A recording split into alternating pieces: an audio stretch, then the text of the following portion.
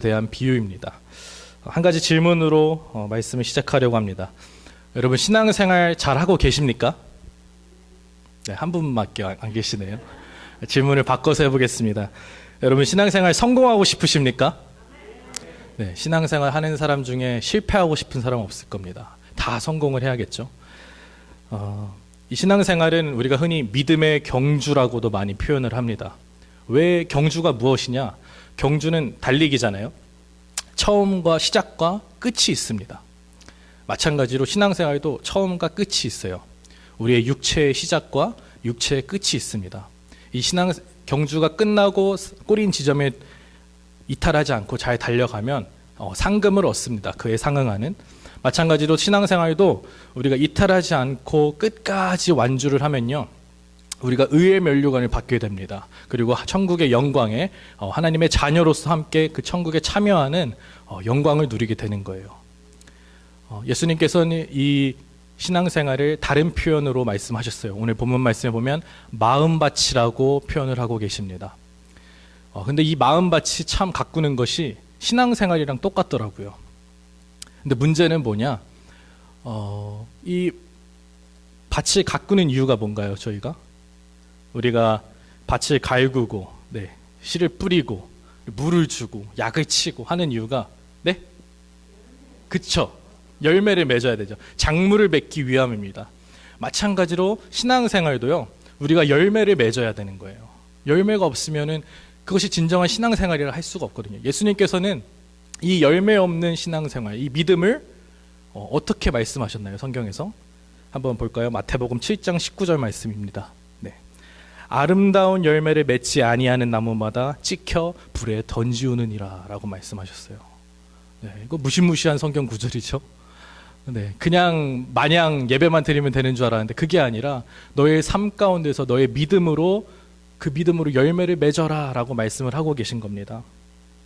영원한 멸망과 지옥을 피하기 위해서 그래야 되는 것이죠. 그래서 오늘 주시는 이 비유 말씀은 내가 신앙생활을 어떻게 해야 하는 것인가, 어떻게 하면 내가 열매를 맺을 수 있는가에 대한 말씀입니다. 한번 간단하게 무슨 밭이 있는지 여러분 다 알고 계시죠? 간단하게 제가 설명하고 지나가겠습니다. 길가와 돌밭과 가시떨기와 좋은 땅, 이 네 가지 비유를 말씀하셨어요. 각각 무슨 뜻을 가지고 있는지 말씀드리겠습니다. 첫 번째로 길가와 같은 마음은 무슨 마음인가? 예수님께서 우리에게 말씀을 전해주십니다. 담임 목사님의 말씀을 통해서 우리에게 말씀을 선포하십니다. 근데 그 말씀이 일단 듣는데 내 심령 가운데 깨닫지 못하는 거예요. 저게 무슨 말씀인지 내 영혼 가운데 울림이 없는 겁니다. 그래서 성경 보면 악한 자가 와서 그 마음에 뿌려진 것을 빼앗아 간다고 말합니다. 마찬가지로 예배에 와서 예배는 드리지만 말씀이 나에게 영향을 미치지 못하고 그냥 시간만 때우다가 가버리게 돼버리는 그런 모습이 바로 길가와 같은 자의 마음입니다. 두 번째로 돌밭과 같은 마음은요, 말씀을 듣고 내가 기쁘게 알아듣습니다. 나의 기쁨이 있어요. 은혜 받았어요. 우리 표현하잖아요. 은혜 받았습니다.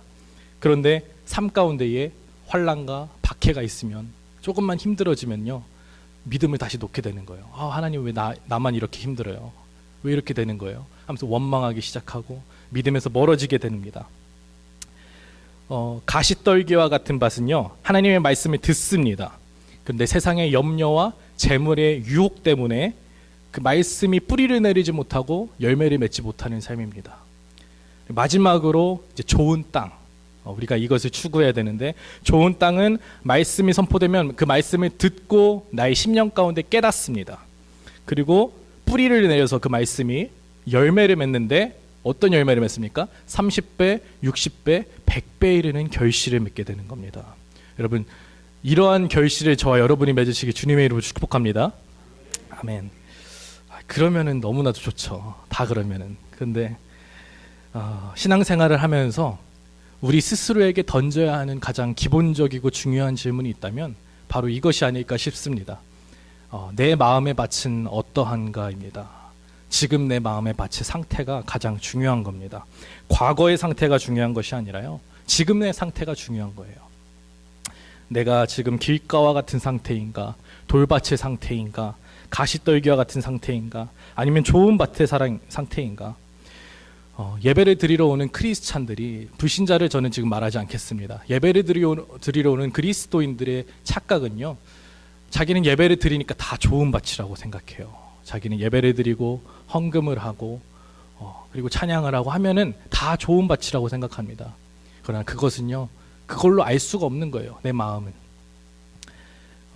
주님께서는 뭐라고 말씀하셨나요? 마태복음 7장 21절에서 23절 말씀입니다. 나더러 주여 주여 하는 자마다 천국에 다 들어갈 것이 아니요 다만 하늘에 계신 내 아버지의 뜻대로 행하는 자라야 들어가리라.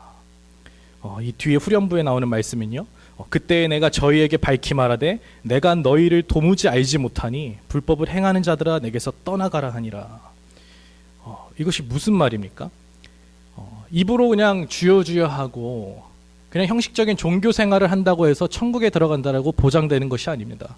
다만 무엇이 중요하느냐, 하나님의 아버지의 뜻대로 행하는 자, 그리고 그의 합당한 열매를 맺고 있는가를 주님은 우리에게 묻고 계신 겁니다. 그렇기 때문에 하나님의 뜻대로 행하고 내 삶 가운데 합당한 열매를 맺어야 되는데, 이것은 결코 행위 구원을 말하려고 하는 것이 아닙니다. 율법적인 걸 말하려고 하는 것이 아니라 구원은 오직 주님의 은혜, 선물로 우리가 그것을 믿음으로 이루어지는 것인데, 문제는 우리가 삶을 살아가면서 어떻게 나의 믿음을 확증하냐는 거예요. 어떻게 나의 구원을 확증하냐는 거예요. 예수님은 성경에서 말씀하세요. 그 열매를 보면 그 나무를 알리라 라고 말씀하십니다. 나의 믿음이 정말 참된 믿음이고 내가 의의 면류관을 향해 가고 있는 믿음이라면 내 삶 가운데서 주님이 역사하시고 내 삶 가운데서 그에 상응하는 성령의 열매가 맺혀진다라는 겁니다. 그래서 바울 사도도 우리에게 두렵고 떨림으로 너희 구원을 이루라 이렇게 말씀하시죠.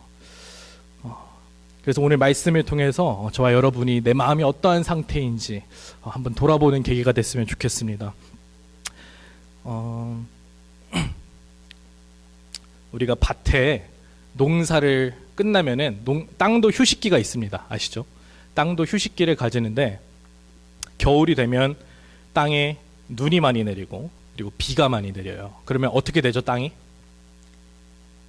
딱딱하게 굳기 시작합니다. 근데 다시 이제 봄이 되어서 농사를 지으려고 농부가 씨를 그 위에 뿌립니다. 그 딱딱한 상태에 씨를 뿌리면 어떻게 될까요? 씨가 농사를 안 지으셔가지고 네, 이게 뿌리를 내리지 못합니다. 이게 깊게 들어가서 뿌리를 내려야 되는데 딱딱한 땅 가운데 씨가 될 리가 만무가하죠. 뿌리를 충분히 내릴 수가 없겠죠. 그래서 밭을 가는 겁니다. 그래서 거름과 함께 섞어가지고 토양이 잘 씨앗이 뿌리를 내려서 열매를 맺을 수 있도록 밭을 가는 작업을 하는 겁니다. 마찬가지로요, 우리가 과거에 어떠한 열매를 맺었는가, 내가 과거에 어떠한 은혜를 받았는가, 여기에 안주하고 머물러 있기 시작하면요, 내 마음도 똑같이 굳어지기 시작합니다. 과거의 나의 모습이, 과거에 내가 받았던 은혜가 지금의 나의 상태, 그리고 미래의 나의 모습까지 보장하지 않는다라는 거예요. 그래서 우리는 어떻게 해야 되느냐? 나의 마음을 계속 갈아엎어야 된다라는 겁니다. 내가 조금 완악하여지고 굳어지는 것 같다, 나의 안에 주어진 은혜가 메마르는 것 같다 싶으면 갈아엎어야 하는 작업이 필요한 겁니다. 우리 수련회, 저 때는 이제 수련회를 많이 갔어요. 학창 시절에 청소년과 청년식에 이제 아이들의 이야기를 많이 들어보면 수련회 가서 많이 열심히 기도하고 은혜 받고 막 깨져가지고 회개하고 눈물 콧물 다 흘리고요. 그리고 집으로 돌아와요. 그러면 유명한 말들, 간증이 있어요. 여러 가지 간증이 교회에서 흘러나오는데 무슨 간증이냐면 짧으면 하루 이틀, 길면 일주일이다, 길면 1, 2주다 이 말이에요. 무슨 말입니까? 받았던 은혜 다 까먹는다고, 다시 돌아온다라는 거예요. 이처럼 왜 이런 상태가 일어나요? 수련회에서 받았던 그 은혜를 내가 간직하지 못하고 소중히 여기지 못하고 그냥 세상에서 똑같이 살다 보니까 어느 순간 다 내 손에서 사라졌다라는 겁니다. 여러분, 마찬가지로 우리의 마음밭을 내가 깨워서 갈지 않으면은 다시 굳어지는 것은 순식간입니다. 이것을 많이 경험을 하죠, 우리가 신앙생활하면서.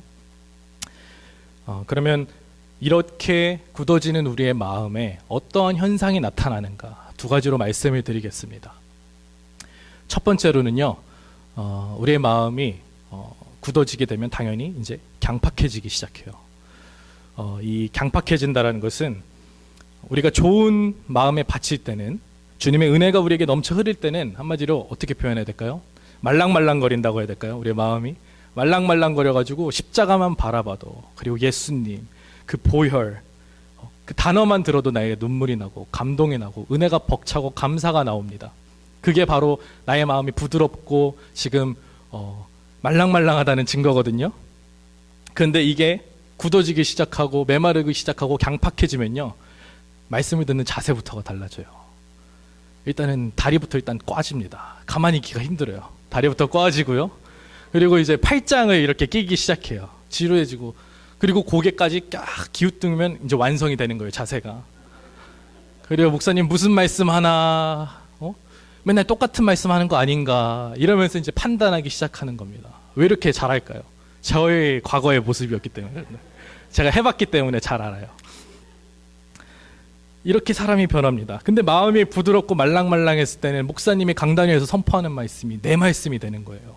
주님이 나한테 하시는 말씀, 필요한 말씀, 아멘으로 화답하면서 주님 맞습니다. 제가 그렇게 살아야 됩니다. 주님 감사합니다 하면서 깨닫는 역사가 일어나는데, 마음이 강팍해지면 어떻게 되죠? 목사님이 하시는 말씀이 내 말씀이 아니라 저쪽에 앉아있는 김 권사 얘기예요. 그리고 아이고 오늘 안 왔던 이 권사가 이 얘기 들었어야 되는데, 이렇게 돼버리는 겁니다. 말씀이 안 왔을 때는, 내 마음이 강팍해질 때는요, 절대 내 얘기가 아니고 비판하기에 바쁘고 다 딴 사람 하는 사람한테 하는 얘기고, 이런 말씀의 역사가 이루어지지가 않는 겁니다. 이와 동시에 나타나는 현상이 있습니다. 마음이 굳어졌을 때 강팍해지는 것 말고 또 나타나는 현상이 있는데, 무엇이냐면 우리가 밭을 간다고 아까 제가 표현을 했죠. 밭을 가는데 그 열매를 맺기 위해서는 밭을 갈고 물을 주고 씨를 뿌리고 그렇게 해야 되는데, 그 약을 치고 해야 되잖아요. 근데 신기하게 아무런 노력을 하지 않아도 알아서 자라나는 게 있습니다. 그게 뭘까요? 그쵸, 잡초죠. 잡초예요. 잡초. 문제는 뭐냐면 잡초가 우리 가운데도 자란다는 겁니다. 제가 군복무를 강원도 최전방에서 했습니다. 강원도 최전방의 양구라는 곳에, 그 강원도 정말 그 유명한 험지입니다. 그래서 군대, 제가 그곳에서 경험한 불가사의 두 개를 깨달았어요. 첫째는 잡초요, 둘째는 눈입니다. 이 잡초는 뽑아도 또 나요. 신기한 게, 뽑아도 또 나고, 눈은요 쓸어도 또 내려요. 저는 지금도 눈을 지긋지긋 싫어합니다. 큰일 났어요. 시카고 이제 눈이 많이 온다고 하는데, 제가 처음 여기 올 때 마음이 가장 힘들었던 게 그 눈이었거든요. 제가 있었던 곳이 DMZ라고 하는 비무장지대 이제 수색대로서 제가 들어갔습니다. 그곳에 가면 70년 동안 사람의 손길이 닿지 않은 그런 야생과도 같은 곳이죠. 그래서 동물들도 많고요, 천연동물도 많고 자연도 정말 잘 보존되어 있습니다. 근데 한 여름에 이 수색 작업을 나가다 보면 어느 한 곳을 가면 무슨 밀림처럼 이렇게 숲을 이룬 데가 있어요. 그런데 가면요, 잡초인지 풀인지 나무인지 분간이 안 될 정도로 사람 키만큼 자란 곳을 보게 됩니다. 왜 그렇게 자랐을까요? 생각해 보면 사람의 손길이 닿지 않았기 때문에 마음껏 그만큼 자란 겁니다. 그 말뜻은 무엇을 의미하냐면, 아무도 관심을 가지지 않고 방치해뒀을 때 잡초가 얼만큼 자라는가 하는 문제입니다.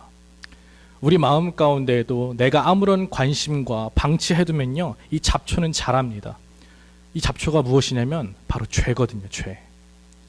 내가 성령의 열매를 맺기 위해서는 고군분투하면서 주님의 말씀을 듣기 위해 노력하고 사모해야지 그 열매가 맺히는데요, 이 죄는요 참 어쩔 수 없어요. 육신의 옷을 입고 있기 때문에 죄는 아무런 노력하지 않아도 알아서 이렇게 스물스물 올라와요. 근데 문제는 뭡니까? 이 잡초가 올라왔을 때 뽑으면 괜찮아요. 근데 안 뽑고 내비두는 거예요. 이게 잡초인지 뭔지 관심 없다, 이렇게 지내다가 이것이 어느 순간 장성해져서 내 영혼을 갉아먹고 뺏어먹게 되는 겁니다. 잡초의 특징이 무엇이냐면 바로 끈질긴 생명력입니다. 끈질긴 생명력이라는 것은 수단과 방법을 가리지 않고 살아남는 거거든요. 그 말은 남의 생명은 어쨌든 주변의 생명은 중요하지 않고 나만 살아남으면 된다는 거예요. 그래서 잡초랑 작물이랑 같이 자라면요, 작물이 제대로 자라기가 힘듭니다. 왜? 잡초가 옆에서 영양분을 다 뺏어 먹는 거예요. 그래서 우리 맨날 잡초 뽑으라고 하잖아요. 근데 이 잡초가 하는 짓이 이 죄가 우리에게 하는 짓이랑 똑같은 겁니다. 죄가 우리 안에 뿌리를 내리고 자라기 시작하면은 우리는 다 하나님의 자녀잖아요. 하나님의 자녀는 어떻게 살아가야 됩니까? 하나님의 말씀을 받아서 우리 심령 가운데에 그 말씀으로부터 오는 힘과 능력을 공급받아서 우리가 세상을 이기면서 살아가야 되는데, 그 말씀의 능력에 뿌리를 내리지 못하고 죄가 다 앗아가 버리는 거예요. 그리고 주일에 와서 말씀 듣고 세상에 다시 나아갔을 때는 똑같이 깨지는 겁니다. 똑같이 깨지고 똑같이 세상과 같은 가치관으로 바라보고 같은 염려와 근심을 품고 살아가고 열매 맺는 삶 없이 똑같은 그 죄의 삶을 살아갈 수밖에 없게 되는 겁니다. 그래서 우리는 참 마음밭을 돌아봐야 되는 거예요. 이 잡초를 뽑아야 되는데 이 잡초를 뽑지 못하는 우리의 삶이 참 안타까운 겁니다. 그렇다면 이런 질문을 할 수도 있을 것 같아요. 이미 내 마음은 단단하고 완악하게 굳어졌습니다. 강팍해져 마음이 메말랐습니다. 그리고 내 삶 가운데는 이미 잡초가 많이 자란 것 같습니다. 무성하게 죄가 많이 자란 것 같습니다. 그렇다면 어떻게 해야 됩니까? 어떻게 내가 좋은 땅이 되겠습니까?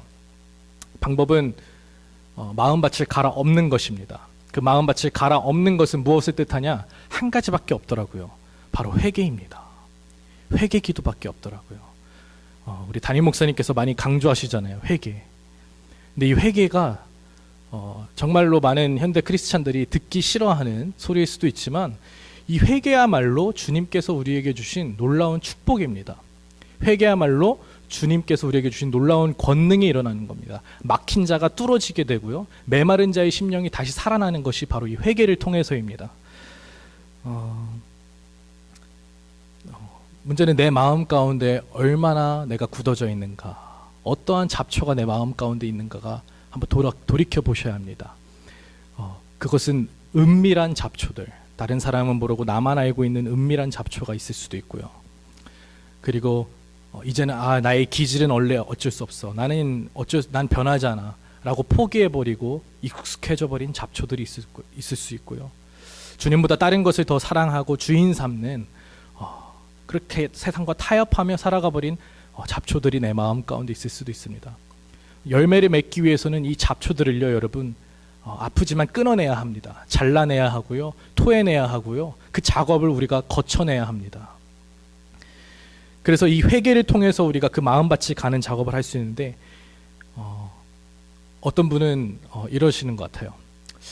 저는 회개 기도를 하려고 하는데 도저히 어떻게 해야 될지 모르겠습니다. 이 회개라는 것을 어떻게 해야 될지 모르겠습니다. 이렇게 물을 수도 있어요. 기도를 해도 기도가 잘 안 나옵니다. 이 회개는요, 상한 마음으로 주님께 나아가는 겁니다.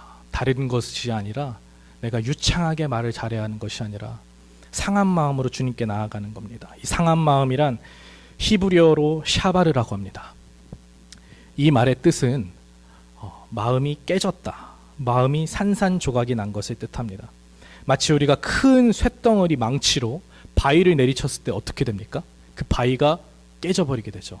그것처럼 산산조각이 나는 것처럼 내 마음에 그런 역사가 일어나는 것, 그것이 바로 상한 마음입니다. 세상에서는요, 이 상한 마음이라고 하면 아프고 병든 마음이에요. 그래서 안 좋은 거거든요. 그런데 영적으로는 이 상한 마음이 가장 귀한 축복인 거예요. 마태복음 말씀 한번 보겠습니다. 마태복음 5장 3절 말씀에 이런 말씀이 있습니다. 심령이 가난한 자는 복이 있나니 천국이 그들의 것이며 애통한 자는 복이 있나니 그들이 위로를 받을 것이며. 아멘. 이 말은 무엇이냐면 심령이 가난한 자가 복이 있다고 합니다. 이것은 무엇입니까? 내 영혼이 갈급하다는 거예요. 내 영혼이 부족하다는 것을 깨닫는 자인 거예요. 주님을 떠나서는 내가 살아갈 수 없는 자입니다. 주님, 역시 주님의 은혜가 아니고서는 내가 될 수 없는 자입니다. 주님이 나를 보호하여 주시고 주님 나를 용서하여 주시고 긍휼히 여겨 주시옵소서라고 하는 그런 고백을 하는 자가 마음이 상하고 가난한 자가 천국이 그들의 것입니다. 그렇게 애통하는 자가 복이 있으니 너희가 위로를 받을 것이다 라고 말을 합니다. 이 상한 마음은 언제 나오느냐? 바로 한 죄인이 자신의 죄인됨을 인정했을 때 나오는 바로 첫 반응입니다.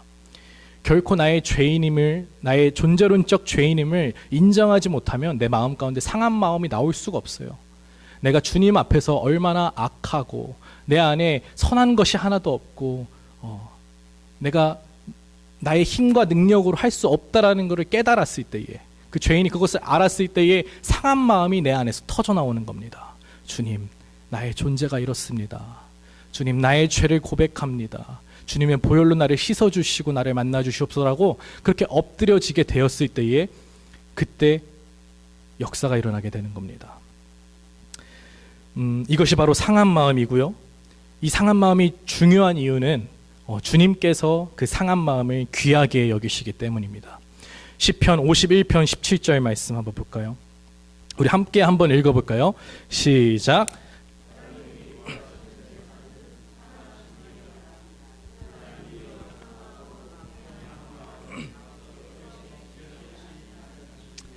아멘. 하나님께서 말씀하십니다. 하나님이 구하시는 제사는 화려한 예배도 아닙니다. 화려한 건물도 아니고요. 많은 사람의 숫자도 아닙니다. 하나님께서 기뻐 받으시는 제사는 무엇이라 말씀하십니까? 상한 심령이라는 거예요. 상한 심령. 네가 얼마만큼 낮아져서 나를 갈급해하며 나아오고 있는지, 너의 죄를 고백하고 있는지, 그것이 나에게는 가장 기쁨이다. 그것이 나에게는 가장 중요하다라고 말씀하십니다. 그리고 그 하나님이 상하고 통회하는 마음을 내가 결코 멸시치 아니하겠다라고 말씀하십니다. 이것이 우리에게 가장 중요한 겁니다. 내 마음이 메마를 수 있어요. 내 마음 가운데 잡초가 자랄 수 있어요. 그런데 문제는 그 상태에서 내가 안주하는 것이 아니라, 내가 과거에는 이러이러했었지 라고 안주하는 것이 아니라, 내가 그런 상태가 됐을 때 주님, 상한 마음을 나에게 부어주시옵소서. 내가 상한 마음을 가지고 주님 앞에 나아가는 것입니다. 그럴 때 주님은 그것을 멸시치 않으시고 다시 회복시키십니다. 어떤 역사가 일어나게 되겠습니까? 상한 심령을 주님께 가지고 나아갔을 때 어떤 역사가 일어나느냐? 에스겔서 말씀입니다. 에스겔서 36장 26절 말씀입니다. 다시 한번 함께 다 같이 읽겠습니다. 시작.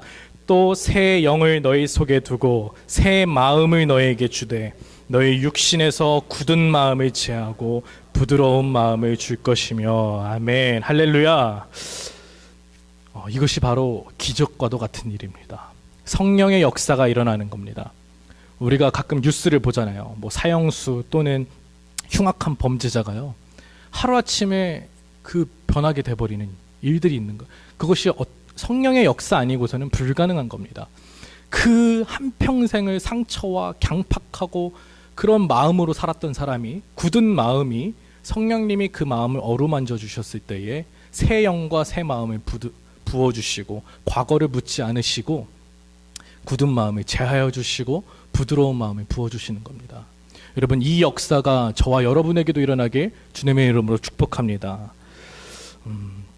그렇기 때문에 우리가 이런 찬양을 많이 부르죠. 마음이 상한 자를 고치시는 주님. 주님께서는 그 마음을 반드시 고치시고 회복시키십니다. 이 시간에 함께 다시 한번 말씀 정리하도록 하겠습니다. 우리가 신앙생활을 하면서 가장 중요한 것이 있다면 나의 마음밭을 돌아보는 겁니다. 그것은 나의 과거를 묻지 않습니다. 내가 과거에 어떤 은혜를 받았고 얼마나 잘했고, 나의 직분도 중요치가 않아요. 목사, 전도사, 사역자 중요치 않아요. 왜 이토록 많은, 요즘 시대에 많은 목회자들이 여러 추문으로 무너지겠습니까? 그 마음 가운데 있는 자란 잡초들을요 방치하고 무관심으로 두었을 경우에는 그 잡초가 장성하여서 그 사람을 사로잡아 먹을 때까지 자라게 된다는 거예요. 그거는 사람인 이상 누구도 예외가 없을 수 있습니다. 그래서 우리도 마찬가지입니다. 신앙생활을 하고 있는 사람일수록 깨어가지고 내 안에 메마른 땅이 있는지, 내 안에 어떠한 잡초가 자라고 있는지, 만약에 그것이 나만이 알고 있는 은밀한 잡초, 나만이 알고 있는 염려와 근심, 그것이 내 삶 가운데 합당한 열매를 맺지 못하도록 막고 있다면 여러분 상한 마음으로 나아오셔야 합니다. 상한 마음으로 주님 앞에 엎드리셔야 됩니다. 그리고 그것을 구할 때에 주님이 성령의 새 마음을 부어주실 것이고 주님이 성령의 새 영을 우리에게 부어주실 겁니다. 평소 나에게 상처 줬던 사람들, 그리고 내가 정말 미워 죽겠는 사람 한 명씩 없나요? 있을 수 있는데 그런 여러분, 나에게 상처를 준 사람, 내가 참 용서하기 힘든 사람, 그런 사람 생각할 때마다 마음이 답답해지잖아요. 가슴이 상하고 그런 마음을 가지고요, 그 아픈 마음을 가지고 주님 앞에 내려놓으십시오. 주님 앞에 내려놓으란 말은 주님 정말로 그 속상한 마음을 다 털어놓으시라는 거예요. 상한 마음을 주님께 내려놓았을 때에 주님이 결국 그 마음을 만져주시는데 어떻게 만져주시냐면 정말 나의 힘과 의지로는 용서할 수 없었던 것이 주님이 그 사람의 용서에 대한 마음이 나오게 되고요, 그 사람에 대한 연민과 동정이 나오고 끝내는 그 사람을 위해 중보기도가 내 입에서 나오는 역사를 보게 될 것입니다. 그리고 내 삶 가운데 고통받고 있는 근심과 염려가 있으십니까? 그것을 여러분 가만히 내버려 두시면요, 죄가 돼서 내 삶을 잡아먹습니다. 그리고 여러분만이 은밀히 알고 있는 죄가 있으십니까? 세상과 타협해버린 죄가 있으십니까? 여전히 방치해두린 죄가 있으십니까? 그것이 여러분 장성하여서 우리를 잡아먹게 되면은 우리의 심령을 갉아먹게 되는 겁니다. 그것이 있다라는 것을 내가 깨닫고 알게 된다면 여러분 상한 마음으로 나오셔서 주님 앞에 도움을 구하시기 바랍니다. 주님께서는 우리의 상한 심령을, 기도를 결코 멸시치 않으시고 기뻐 받으시기 때문입니다. 그럴 때에 우리의 영혼이 소생되고 하나님의 말씀이 내 가운데 뿌리를 내리고 그 뿌리를 통하여서 내 삶 가운데 거룩한 열매를 맺어서 의의 면류관을 향해 가는 좁은 길을 걸어가는 저와 여러분 되시길 주님의 이름으로 축복합니다. 이 시간 함께 기도하겠습니다.